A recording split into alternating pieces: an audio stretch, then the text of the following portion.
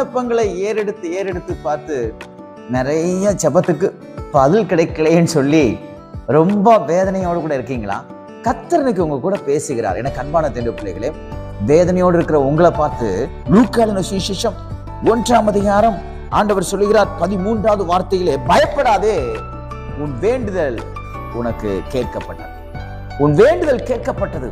சகரியாவை பார்த்து கர்த்தர் சொல்லுகிற வார்த்தை, தேவதூதன் சொல்லுகிறான், பயப்படாத சகரியாவே, நீ ரொம்ப நாள் வெயிட் பண்ணிட்டு இருக்கல, ரொம்ப வருஷமா எல்லாருக்கும் முன்னாடி தலை குனிஞ்சு நிக்கிற பாரு, அந்த காரியத்திற்கு நான் ஒரு ஆண்மகன், எனக்கு ஒரு குடும்பம் இருக்கிறது, எனக்கு ஒரு பிள்ளை இருக்கிறது என்று சமுதாயத்திலே தலை காட்ட முடியாமல் மறைந்து வாழ்ந்து கொண்டிருக்கிற அந்த குறிப்புக்கு, அந்த கேள்விக்கு நான் இன்றைக்கு பதிலை தருகிறேன். எப்படிப்பட்ட பதில் தெரியுமா? நீ என்ன வேண்டிக் கொண்டாயோ அந்த வேண்டுதலை நான் கேட்டு இன்னைக்கு நான் அற்புதங்களை செய்வேன். இந்த வார்த்தையை கேட்டுக்கொண்டிருக்கிற சகோதரனே, சகோதரியே, உங்கள் ஜெப விண்ணப்பங்களுக்கும் கர்த்தர் சொல்லுகிறார், நான் உன் விண்ணப்பத்தை கேட்டேன், உன் கண்ணீரை நான் கண்டேன்.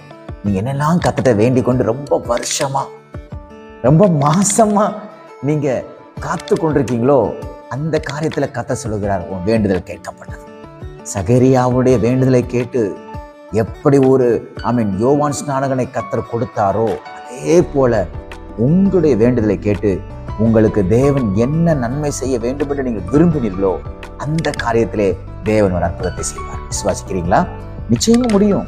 இது சகரியாவுக்கும் பாருங்க, அவங்க எலிசபெத்துக்கும் வாய்ப்பே கிடையாது, சான்ஸே கிடையாது. ஆனா கர்த்தர் பாருங்க ஒரு சான்ஸ் ஏற்படுத்தி கொடுக்கிறார். பாருங்க, வருஷமானாலும் உங்களை தேடி வாய்ப்புகள் வரும், சான்சஸ் கர்த்தர் கொடுப்பார். உங்க வேலையில நிறைய சான்சஸ் வரும், உங்க தனிப்பட்ட வாழ்க்கையில் நிறைய சான்சஸ் வரும், உங்களோட பினான்சியல் விஷயத்துல கர்த்தர் ஒரு பெரிய சான்சஸை கொடுப்பார். விசுவாசிங்க, நிச்சயமா சொல்றேன், சகரியாவுடைய ஜெபத்தை கேட்டு அற்புதம் செய்த ஆண்டவர் உங்க பிசினஸுக்கு ஆண்டவர் அற்புதம் செய்வார், உங்க குடும்பத்துக்கு நன்மை செய்வார், உங்க எதிர்கால வாழ்க்கைக்கு. ரொம்ப நாள் ஜெபம் பண்ணிட்டீங்களா, எனக்கு திருமணமாகலையே, இன்னும் கர்த்தர் இந்த காரியத்துல ஒண்ணுமே வாய்க்கை செய்யலைன்னு உங்க விண்ணப்பத்தை கர்த்தர் கேட்டிருக்கிறார். ஒரு சான்ஸ் வரும், கர்த்தர் அதை உங்களுக்கு கொடுப்பார். விசுவாசத்தோடு காத்திருக்கும் பொழுது எப்படி சகரியா விசுவாசத்தோடு தேவனுக்கு செய்ய வேண்டிய காரியத்தை அவன் செய்து கொண்டே இருந்தானோ, அவன் எதிர்பாராத விதத்திலே தேவதூதன் அவன் தூபம் காட்டுகிற ஸ்தலத்துக்குள்ளாக வந்து இந்த வார்த்தையை சொன்னது போல கர்த்தர் தேவதூதனை அனுப்புவார். தேவனே இறங்கி வருவார். உங்கள் ஜெப விண்ணப்பங்களுக்கு நிச்சயமாய் ஒரு பதில் உண்டு. அதனால சோர்ந்து போகாதீங்க.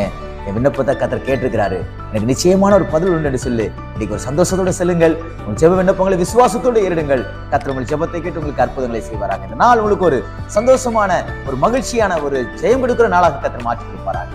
God bless you.